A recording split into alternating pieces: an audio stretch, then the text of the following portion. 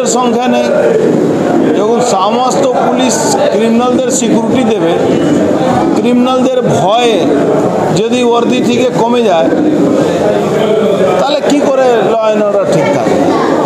এই সামনে election, paramilitary ভর্তি আছে, পুলিশ কি ভূমিকা আছে বলুন? একজন রং লাগাবার জন্য কারোর সঙ্গে কথা কাটাকাটি হচ্ছে আর তারপরে এসে গুলি চালিয়েছে, গুলি গিয়ে মন্দিরে লেগেছে।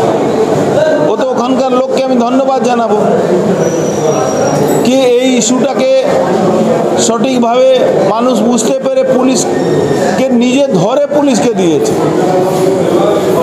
আর যারা যে অপরাধী, সে অপরাধীকে চিহ্নিত করেছে, সে কাকিনারা কোথায় থাকে, কে গিয়ে এইসব করেছে। জনবহুল জায়গা যে গুলি চলে না এরকম তো কোনো কথা না। কথা হলো পুলিশিং নেই, পুলিশ বলে কিছু নেই।